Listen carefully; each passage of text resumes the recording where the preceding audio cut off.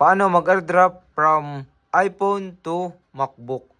So dito sa inyong iPhone, punta lang kayo sa My Photos. At dito sa My Photos, pili lang kayo ng picture na gusto nyong ipasa. Halimbawa natin is itong kulay gray. Ayan. Once na maklik nyo yung inyong picture na gustong ipasa, may makikita ko dyan sa may kaliwang bahagi. Ayan o. Parang share logo. Pindutin nyo lang yan. At may mag-pop up. May makikita ko dyan airdrop. Click nyo lang yung airdrop. Tapos antayin nyo yung pinakang pangalan ng device nitong MacBook nyo. At lalabas naman yan dito sa inyong iPhone. Nakalagay is Recharge MacBook Air. Pindutin nyo lang yan. At may mag-pop up dito sa kanan taas na bahagi. Click nyo lang itong accept. Tapos itong save to download. Automatic na magpapasa yung picture na kulay gray galing dito sa ating iPhone papunta dito sa ating MacBook. Kung hindi naman ma-detect ng inyong iPhone yung inyong MacBook Air, punta lang kayo sa may settings. At punta kayo dito sa may general. Ayan. Dito may makikita kayong airdrop. Click nyo lang yan. Dito may makikita ulit kayong airdrop. Dapat ito is naka everyone. Hindi naka contacts only. Naka everyone siya dapat. Para ma-receive ng iPhone nyo yung inyong MacBook Air.